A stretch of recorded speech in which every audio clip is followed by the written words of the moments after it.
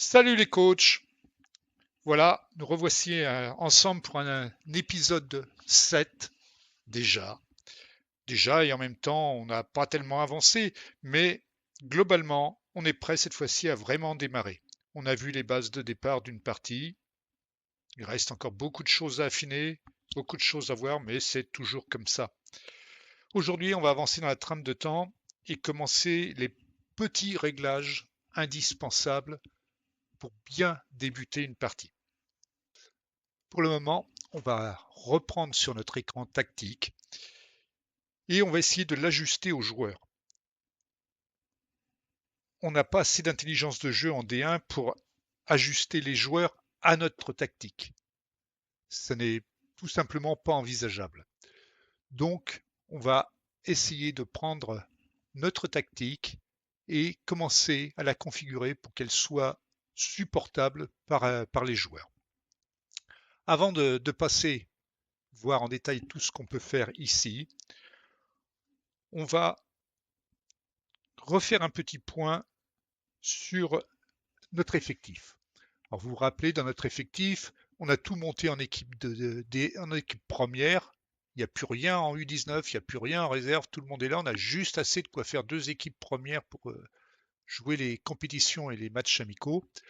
Avant de reprendre notre écran tactique et, euh, et affiner les positionnements des joueurs ou les rôles des joueurs dans cette tactique, on va repartir de l'écran, de la vue plus exactement que nous avons créé précédemment, je ne sais plus si c'était dans l'épisode 3 ou 4, 4 probablement, et reprendre donc cet écran qu'on avait appelé analyse tactique et dans lequel on avait regroupé à peu près tout ce qui était possible de regrouper dans les attributs en tout cas. Si vous voulez revoir comment on fabrique une vue, eh bien, je remettrai le lien exact et la minute à laquelle c'est fait dans les commentaires de cette vue-là. Donc voilà, on avait ici donc tout ce qui est attributs physiques, ici c'est les attributs mentaux, hein, tout le mental, et pour finir les attributs techniques. Contrairement à une partie de Football Manager où on a d'abord une colonne technique, une colonne mentale et une colonne physique. Faut s'habituer, j'ai commencé comme ça, on va continuer comme ça.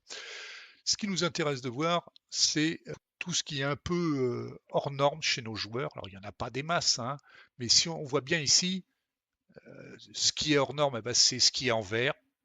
Là, on a quelques joueurs qui ont des qualités physiques naturelles. On en a quand même quelques-uns qui sont plutôt bien. Ce qui nous intéressait, c'était surtout la vitesse. C'est pas extraordinaire, mais c'est pas si mal que ça. En accélération, ce que j'appelle l'explosivité, parce que ça me semble plus représentatif, c'est pas mal aussi. Bon, il y en a qui sont un peu lents, mais pour de la D1, croyez-moi, c'est pas mal. Bon, pour le mental, bon, on a quelques joueurs hors normes avec des bons attributs en courage ou en collectif, c'est important aussi. Et on a quelques joueurs qui ont un bon niveau de détermination. Si en plus ils ont un peu de professionnalisme, ça devrait bien se passer. On a deux ou trois leaders incontestables. Bon, par contre, sur la technique, c'est pas brillant. Il n'y a rien en vert et relativement peu de jaune. Je disais tout à l'heure que on allait adapter notre tactique aux joueurs. Alors ça s'explique assez facilement parce que les attributs qui dénotent de l'intelligence des joueurs, donc de leur facilité à s'adapter à une tactique, eh bien, ce sont l'anticipation, pour les attaquants en tout cas surtout, l'appel de balle aussi pour les attaquants, la concentration pour tous les postes, la vision du jeu, essentiellement la vision du jeu. Ce sont les principaux attributs qui déterminent l'intelligence de jeu, et vous verrez très souvent dans les commentaires de l'adjoint, manque d'intelligence pour progresser. C'est ces notes-là qu'il faudra considérer. Alors elles sont toutes ou presque toutes améliorables, certaines indirectement, mais elles sont toutes améliorables. Vision du jeu s'améliore en travaillant le jeu de passe, l'appel de balle s'améliore directement sur l'appel de balle. La concentration ne s'améliore qu'avec l'âge quasiment. Et l'anticipation s'améliore aussi avec les attributs d'attaque. Mais on voit bien ici que ce soit anticipation, appel de balle, concentration ou vision du jeu, on n'est pas bien ferré. Si on trie, celui qui a la meilleure vision du jeu, c'est Dorian Rameau, il a 9, c'est pas extraordinaire. En concentration, le mieux c'est 6. En appel de balle, 9. Et en anticipation, 9 également. Donc, faut pas trop compter là-dessus, sur l'intelligence de jeu, je veux dire, pour avoir des joueurs qui vont s'adapter facilement à notre tactique. Donc, démonstration par l'absurde en quelque sorte, si on ne peut pas adapter les joueurs à la tactique, on va adapter la tactique aux joueurs. Alors, allons voir directement donc dans la tactique. Avant même qu'on aille voir dans le détail de notre tactique ce qu'on peut faire pour s'adapter aux joueurs, petit rappel quand même de ce qui a été vu dans l'épisode 6. On a globalement mis en place l'entraînement de groupe, l'entraînement d'équipe. Vous vous rappelez, ça se fait dans l'entraînement calendrier. On a mis en place aussi un entraînement individuel. Alors, je rappelle, l'entraînement de groupe, ça concerne les groupes attaquants, défenseurs, gardiens. C'est ceux qu'on retrouve détaillés dans les postes des différents entraînements que l'on a préparés et que l'on a positionnés sur notre planning de semaine. L'entraînement individuel, c'est l'entraînement au poste rôle-tâche qu'on a attribué à chaque joueur. On a mis aussi en place l'entraînement individuel qui va leur permettre de travailler certains attributs en particulier. On n'a pas du tout touché, et on n'y touchera pas avant un bon moment, aux entraînements très spécifiques qui travaillent les phases de jeu particulières, comme lober le gardien ou contourner le gardien, toutes ces possibilités sur lesquelles on avancera très doucement, parce que les joueurs ne sont pas en mesure, à ce niveau-ci, de progresser rapidement sur ces phases-là. En plus, si on leur met 4 niveaux d'entraînement, il y a de bonnes chances qu'on ait des grincements dedans. Sauf pour les plus professionnels d'entre eux, bien entendu. Revenons-en à notre tactique. La mentalité, on va la travailler en équilibré pour le moment. On passera probablement en positive ou en prudente pour les matchs les plus difficiles, mais on travaillera essentiellement en équilibré et en positif. De la façon dont on le travaille à l'entraînement et au positionnement, a une influence sur la facilité à le jouer plus tard. Ça leur fait partie des connaissances, le style de jeu, la liberté créative, le pressing, etc. Sont liés à la mentalité et à ce qu'on va positionner dès maintenant. Donc on a 3 phases à préparer avec le ballon, en transition, c'est-à-dire quand on récupère le ballon et qu'on repart en avant, et puis sans le ballon, qu'est-ce qu'on peut faire? Alors, avec le ballon, eh ben, c'est très simple. C'est très simple. On va essayer de mettre en place tout doucement un style de jeu qu'on va essayer d'imposer à l'équipe, au moins pour un certain temps. Je vous rappelle qu'ici, on joue avec des ailiers défensifs qui ont aussi vocation à remonter très haut pour aller aider et fournir les ballons aux attaquants. Donc on va prendre une largeur de jeu offensif la plus large possible. En construction de jeu, eh bien, surtout pas sortir de la défense, c'est trop technique. Pardon, j'ai pas bien joué là. Voilà. Et on va laisser dans un premier temps tout en libre. C'est-à-dire qu'on va laisser les joueurs s'organiser tout seuls. On a des matchs amicaux pour ça. On va voir comment ça se passe pendant les matchs amicaux. Puis petit à petit, on commencera à mettre en place dedans. Passer dans les espaces, c'est important, sauf contre les équipes très défensives, parce que contre les équipes très défensives, par définition, il n'y a pas d'espace. Passer dans les espaces, on se concentrera les centres, puisqu'on a 2 ailiers, même si ce sont des ailiers défensifs, on a 2 ailiers qui alimenteront avec des centres à partir de la ligne de corner, et on a aussi 2 défenseurs latéraux qu'on va faire monter le plus haut possible pour aller alimenter des centres à partir du milieu du terrain. Donc on jouera sur des centres à ras de terre parce que de mémoire, on n'a pas beaucoup de bons joueurs de tête, on n'en a même pas du tout, qu'on jouera surtout en centre à ras de terre et centre en force. obtenir des coups de pied arrêtés parce que ça fait jamais de mal. On ne travaillera pas les dribbles pour le moment, on n'a pas de bons dribbleurs. On a des joueurs suffisamment rapides, on prendra peut-être la défense de vitesse, on peut peut-être même déjà commencer à le positionner maintenant. Et en liberté créative, zéro, on a vu que on n'avait pas de joueurs suffisamment intelligents, donc on restera discipliné, on s'appliquera dessus. Un rythme raisonnablement élevé et des passes pas trop directes. Voilà, donc on jouera sur cette base-là pour qu'on aura le ballon. En transition, bien là, on va leur apprendre parce qu'on fait du gegenpress et qu'on veut faire du gegenpress, on va leur apprendre à jouer avec un contre-pressing le plus important possible, à partir en contre dès qu'on récupère le ballon, relancer, le gardien de but relancera sur les défenseurs, à droite ou au centre, ça n'a pas une grosse importance pour le moment, avec des courtes relances au pied ou à la main. On va essayer à la main d'abord dans un premier temps. Voilà.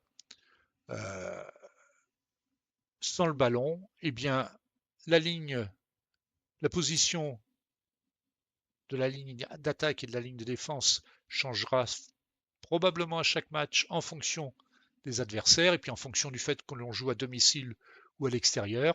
En tout cas, c'est pressing le plus possible, empêcher les relances courtes du gardien de but. Bon, c'est explicité dans les infobulles.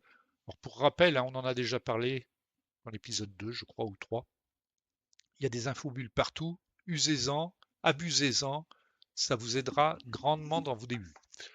Donc, on empêche les relances courtes du gardien pour empêcher l'équipe adverse de remonter le ballon tranquillement. On oblige le gardien, dans la mesure du possible, à relancer long pour essayer de récupérer les ballons et revenir immédiatement à l'attaque. Tacle, pour le moment, on laisse tout tranquille parce qu'on ne sait pas trop où ça va et on ne veut pas avoir des cartons jaunes en pagaille, on n'a pas tellement de remplaçants. La ligne défensive, on n'y touche pas non plus.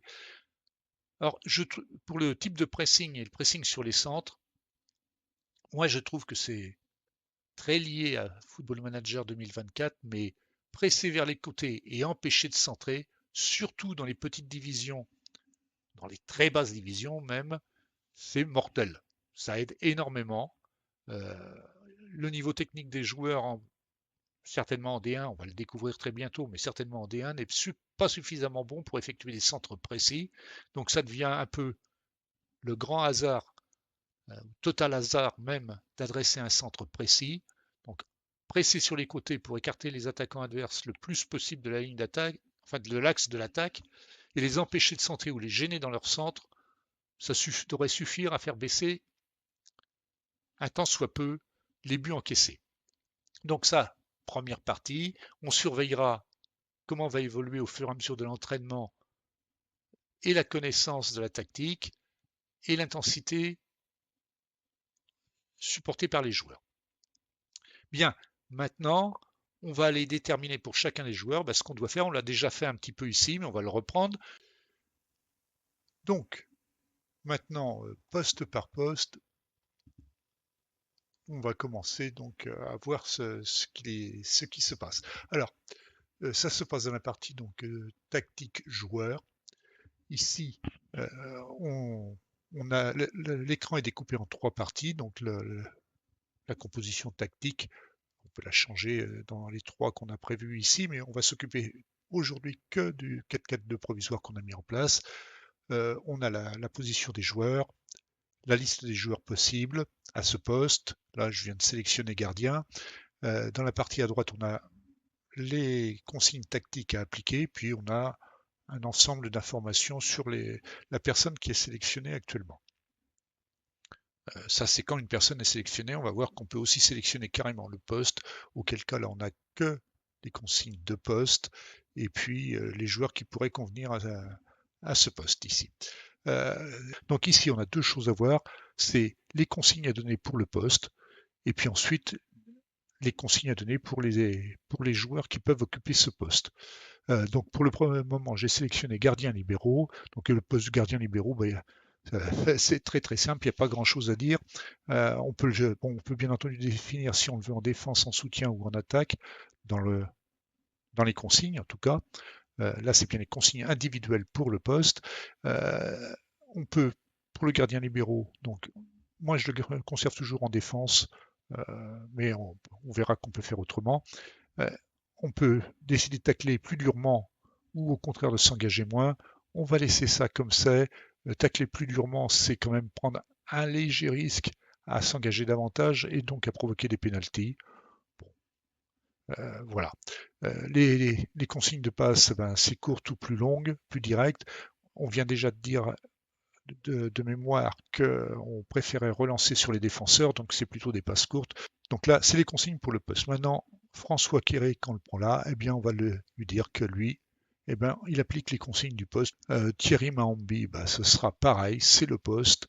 Et Franck Konaté, on n'appliquera que le poste. Il n'y en a aucun qui a des qualités de passe suffisamment extraordinaires pour qu'on puisse faire des relances longues très très bonnes. Arrière gauche, bon ben voilà. J'avais commencé déjà à établir les consignes principales. Moi, je voudrais un arrière latéral offensif de soutien. Donc, j'ai déterminé pour tous ces postes, ben voilà, latéral, donc il pourrait être en défense, en soutien, en attaque, en automatique. Pour le moment, j'ai défini que du soutien. On complétera plus près après. Marquer de plus près, oui, parce qu'en défense, on est un peu léger en ce moment. Tacler plus durement, on n'y touche pas pour le moment. Monter davantage, oui, parce que je souhaite que mes défenseurs latéraux montent beaucoup, qu'ils gardent les couloirs, qu'ils fassent des passes courtes, qu'ils sentent en profondeur et beaucoup centrés, donc centrés davantage sur la position du centre. Comme il n'en est pas très très doué sur le reste, eh ben, driblez moins, tirez moins souvent, prenez moins de risques. Voilà, c'est les consignes générales pour le poste. Maintenant, on peut prendre individu par individu. Les consignes du poste, telles qu'on les a déterminées, est-ce qu'elles s'appliquent bien pour lui? Il n'a pas de capacité extraordinaire à faire beaucoup mieux. Eh bien, c'est très bien, il va rester comme ça.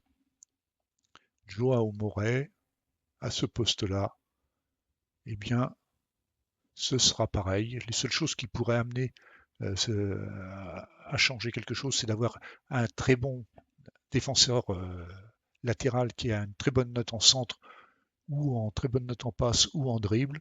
Bon, bah, c'est pas le cas, donc on ne va rien donner de plus.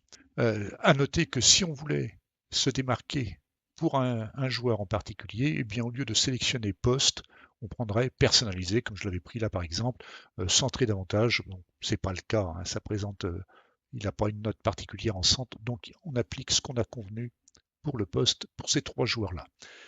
Juste, et on ne le redira plus pour les autres postes, si on voulait faire intervenir sur ce poste-là un joueur qui n'est pas prévu ou qui n'est pas formé pour, il est toujours possible d'aller le récupérer. À rajouter ici, on pourrait mettre par exemple Thomas André à ce poste-là, mais l'entraîneur adjoint, ou en tout cas l'IA du jeu, nous dit il serait inefficace. On pourrait rajouter Scoufo ou Da Silva, mais il serait mal à l'aise. Voilà, c'est juste pour leur. Ça n'empêchera pas de les mettre en cas de besoin sur ce poste-là en cours de match, mais ils n'appliqueront que le poste parce qu'ils n'auront pas de spécificité. On en profite pour l'autre arrière latéral. Donc, de l'autre côté, à droite, exactement pareil. Alors, on prend le poste, arrière latéral offensif en soutien, exactement le pendant de l'arrière gauche, et on va mettre exactement la même chose, marquer de plus près, monter davantage, prenez les couloirs, pardon, centrer en profondeur, centrer davantage, dribbler moins, et prenez moins de risques parce qu'on n'est vraiment pas très bon en passe. Ça devrait suffire. Donc on reprend Joao Moret sur le poste, et bien, il va appliquer exactement tout ça. Il n'a pas de cas. Bon, il n'est pas très bon en centre. On pourrait éventuellement, par exemple, décider que Joao Moret, on personnalise, par exemple, monter davantage, repiquer dans l'axe. Parce que son niveau de centre n'est pas terrible. On ne va pas lui demander de faire des choses comme ça. Mais on voudrait quand même, si le centre, de centrer sur le joueur au centre, sur l'attaquant central, Et comme il n'est pas très bon en dribble, eh ben on va lui mettre dribbler moins. Donc, vous voyez, donc là, lui, on l'a mis en personnalisé. Da Silva, eh bien, on va tous les mettre les autres sur le poste. Pour bien comprendre ça, le principe, c'est ça. C'est les joueurs, on les définit à, euh, à respecter et à appliquer les tactiques du poste ou de ce qu'on personnalise pour eux. Défenseur central au poste aussi. Donc, on n'a pas besoin de 36. On va mettre tous en défenseur central strict parce qu'ils ne sont pas très bons. Donc, défenseur central strict, eh bien, en défense, donc c'est marqué de plus près. On va pas mettre tacler plus durement, on aura déjà suffisamment d'embêtements comme ça, je pense. Donc, dribbler moins, tirez moins souvent, prenez moins de risques.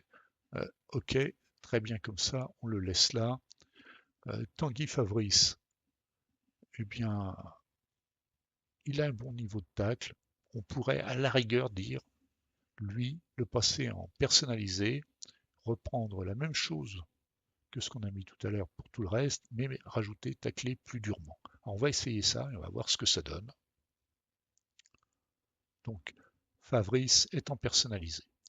Donc, défenseur central strict en défense, avec comme consigne marqué de plus près. Bon, bah, c'est très bien comme ça, c'était tout près. Tanguy Fabrice, eh ben voilà, on reprendra. On va les remettre tous au poste pour le moment. Le milieu défensif, au poste. Milieu défensif, on l'a commencé à le prendre en défense. Peut-être que la bonne solution, ce serait soutien, mais bon, on va le garder comme ça. Le milieu défensif en défense. Pour le poste, eh bien, c'est marqué de plus près. On ne va pas tacler plus durement, c'est pas la peine. Les ailiers défensifs, les ailiers défensifs, ce sera la même chose pour les deux. Ce sera ailier défensif en soutien. Un ailier défensif en soutien, on veut qu'il monte davantage, qu'il décroche plus souvent, qu'il prenne les couloirs, qu'il centre depuis la ligne de but, qu'il centre davantage. Dribbler plus, on ne peut pas intervenir dessus parce qu'on n'a pas le choix. On voudrait qu'il tire moins souvent. Et ici, on va dire, prenez moins de risques.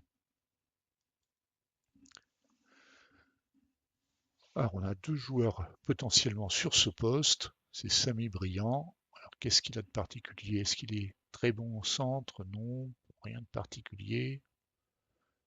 Il n'est pas très bon en tir ni en finition, donc il va s'appliquer sur les consignes générales, c'est très bien. Qu'on applique la même chose de l'autre côté, qu'on va appliquer exactement la même chose. Donc, monter davantage, décrocher plus souvent, prendre les couloirs, centrer de la ligne de but, tirer moins souvent, prenez moins de risques, très bien. Donc, sauf qu'en particulier, il n'y a pas de raison.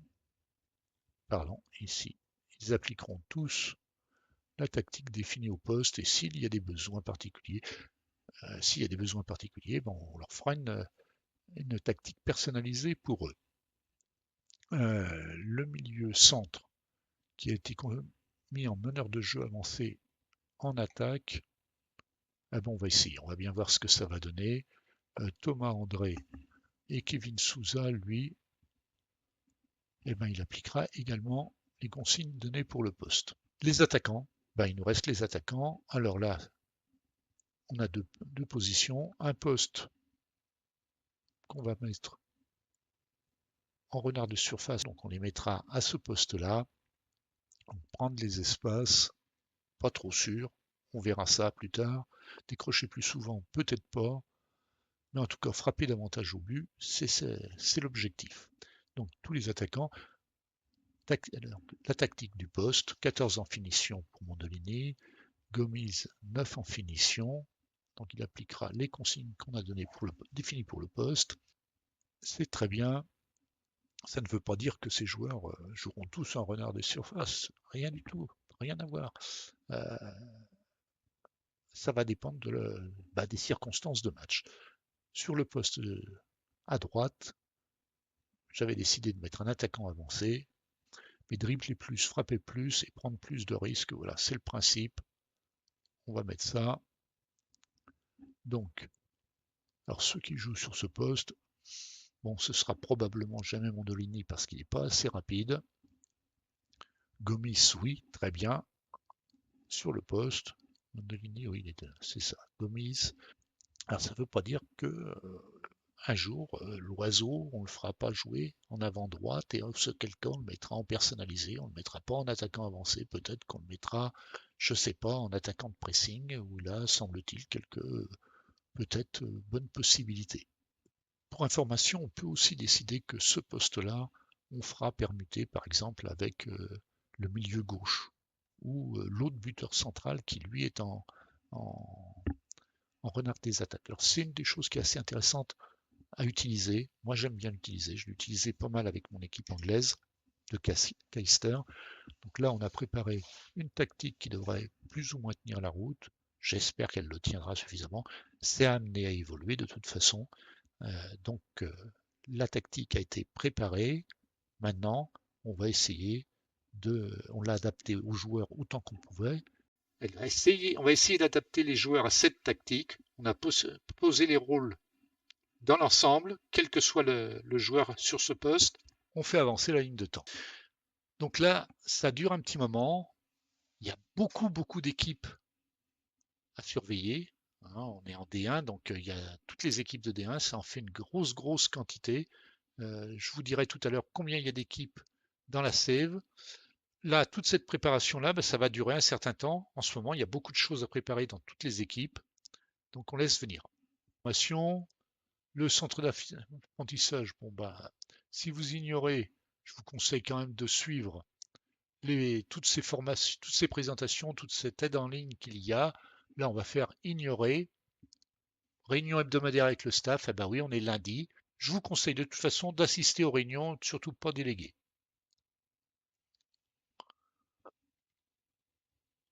Normalement, on a dû lui donner un entraînement déjà individuel. Quand on est ici, on peut revenir voir. Voilà. Il n'a pas d'entraînement individuel. Bon, c'est très bien. On ne clique pas sur réponse requise. Ici, ça nous ramènerait au début de la réunion avec l'encadrement. On fait simplement flèche gauche. On revient ici et on dit, eh ben ok, on va lui mettre ce que tu proposes. Alors voilà, c'est ce qu'on disait tout à l'heure. Alors pour le moment, on va s'abstenir sur ce genre de choses. On a déjà mis en place un entraînement d'équipe, un entraînement individuel. On leur a donné de l'entraînement post-rôle tâche en leur donnant pour le moment beaucoup de travail physique à faire, de la vivacité essentiellement, de la puissance, des choses comme ça, du placement défensif à travailler pour un des joueurs celui qu'on a vu tout à l'heure. Là, il voudrait pour certains les mettre à travailler, par exemple lui, déborder ses adversaires en 1 contre 1 car sa grosse présence athlétique s'y prête bien. C'est probable, il a peut-être raison, il a même sûrement raison, mais on ne va pas le faire pour le moment parce qu'ils ont déjà assez à faire et que ce serait trop. Voilà, c'est pareil, Samuel Gomis, on lui dit pas frapper de loin. Il faut voir qu'à ce niveau, si on précise, si on leur donne, alors on va le faire là, pour vous montrer ce que ça donne, si vous ne le savez pas. Donc c'est fortement recommandé en plus, donc on va le faire pour Gomis, commencer l'entraînement. Et puis on va aller voir ce que ça implique et on va en reparler. Allons voir sur Samuel Gomis. On passe sur sa séance d'entraînement. Voilà. Ah bah tiens, ça tombe mal. Déjà là, on nous demande de ne pas le faire tirer de loin. C'est bien ça qu'on a changé. Tentez plus de frapper de loin car ce n'est clairement pas son point fort. Alors ça, c'est une des bêtises du jeu qu'on trouve régulièrement. C'est un des membres du staff a demandé à améliorer telle caractéristique et aussi c'est qu'après, on vous dit de l'annuler. Alors ça, c'est vraiment les pires des choses. Il a 9 en finition, il n'est pas bon au tir de loin. Eh bien, oui, c'est vrai, il a 1. Et on va quand même annuler ça parce que c'est du temps perdu. En gros, une caractéristique de joueur à améliorer au niveau où on est, avec le peu de structure que l'on a, avec le peu de membres de staff et le faible niveau des membres du staff, c'est 1 an et demi pour amener une caractéristique à jour, pour arriver au bout d'une caractéristique. Donc là, en plus, pour annuler une caractéristique déjà existante, ça n'en vaut pas la peine, on va le laisser faire, on verra bien. Bon, alors, c'est l'adjoint qui a organisé les groupes d'encadrement. Il commence déjà à nous dire, il faudrait mieux mettre un tel dans un autre. C'est pareil, c'est manque de vue globale. On laisse tomber. Ça, c'est vrai, il a des responsabilités dans trop de domaines d'entraînement, mais on n'a pas assez d'entraîneurs. Alors pour le moment, il va être comme ça et tout le monde va le supporter. Alors, les améliorations du pied gauche, je crois que j'en ai déjà parlé, ça doit être dans l'épisode 2 ou l'épisode 3. C'est hors de question. D'abord, on ne va pas garder ces joueurs très longtemps. Améliorer un pied, parce qu'on est en division 1, quand ils vont monter en R3 ou en R2. En R3, on va peut-être en garder 3 ou 4. En R2, ils seront tous ceux avec lesquels on a démarré ne seront plus à niveau, donc on oublie, ils joueront plus. On va pas perdre notre temps à les faire améliorer un pied. Passer un pied faible en pied correct va nous prendre à peu près un an et ça va nous piquer environ 4 à 5 points de CA. Peut-être même plus, ça dépend des postes. Aucun intérêt, on oublie. Pour le moment, je fixerai moi-même le statut des joueurs. Bon, ceux qui se plaignent de l'entraînement viendront m'en parler en particulier, on en reparlera à l'occasion. Oui, ils devraient être en U19, je suis bien d'accord, mais on n'a pas assez de monde pour les mettre ailleurs. Bon, et ça, passons. On n'a pas d'entraîneur U19 et on n'a pas d'équipe U19 non plus, donc c'est pas très gênant. Responsable des kinés, on verra ça plus tard. Pour le moment, c'est pas d'actualité. Eh bien, on continue à faire avancer la ligne de temps. Les matchs amicaux, ça ne nous arrange pas parce que pour le moment, on progresserait plus en jouant qu'en s'entraînant. Déjà, on ne joue pas la Coupe de France, pas du tout a priori. Alors que les équipes de Régional 3 vont démarrer au deuxième ou au troisième tour, donc il y a des équipes de départementales qui devraient faire le premier tour. Je ne sais pas s'il en existe s'il y a des équipes de D1 qui vont faire le premier tour, mais en tout cas pas nous. D'ailleurs, on pourrait aller vérifier. Je vais vous montrer comment tout de suite. Oui, je disais, on pourrait aller voir ce qui se passe au niveau de la Coupe de France. Pour ce faire, eh bien, on vient par exemple ici et on va aller chercher la Coupe de France dans les compétitions. Alors, vous voyez que là, c'est les départementales, il y en a quelques-unes. Par définition, il y en a autant qu'il y a de départements. Voilà, Coupe de France, on va venir ici.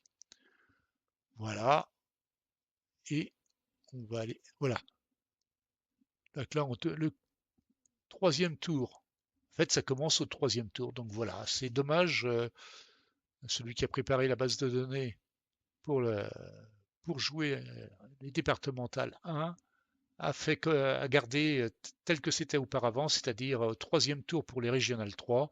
Le deuxième tour et le premier tour, bah, on aurait pu faire démarrer les départementales 1, mais bon, il a dû être pressé par le temps pour finir sa base de données et c'est pas fait. Tant pis. Donc voilà, on a fini la semaine. On regardera le niveau d'entraînement. Alors là, il n'y en a que pour l'équipe première, puisqu'on a enlevé les réserves et lui est U19, qui ne s'entraîne donc qu'avec l'équipe première. 6,56 de moyenne, je peux vous le dire, c'est pas brillant. Et la meilleure note à 7,55, c'est très faible. Bien, eh bien, les coachs, voilà, on va arrêter là l'épisode 7, il est copieux. On a beaucoup parlé de la tactique, d'équipe. On va continuer à affiner les choses petit à petit dans le détail pour les prochaines sessions. On a avancé d'une semaine dans la ligne de temps, c'est déjà bien. On fera encore avancer dans le prochain épisode. On avancera régulièrement maintenant, on avancera même plus vite sans doute. On a fait beaucoup de choses. La sève est quasiment prête pour jouer, sauf qu'il n'y a pas de match à faire, ce qui est bien dommage. Allez, salut les coachs. Travaillez bien, jouez bien. À plus. Si vous avez aimé cette vidéo, un petit pouce en l'air, ça me fera plaisir. N'oubliez pas de vous abonner, vous serez ainsi informé de la sortie des prochains épisodes. Et si vous avez des questions ou vous voulez faire des remarques, laissez des commentaires. Je les lirai et j'y répondrai avec toute l'attention nécessaire. Si vous avez envie de venir partager avec nous, sachez que le groupe FM Plaisir est un groupe Facebook français tout récent. On n'est pas encore très nombreux, mais on est tous des passionnés qui seront ravis de vous compter dans leur rang, quel que soit votre niveau de jeu. Un lien vers le groupe se trouve dans les notes de cette vidéo-ci. Voilà, je vous laisse et je vous dis à très bientôt.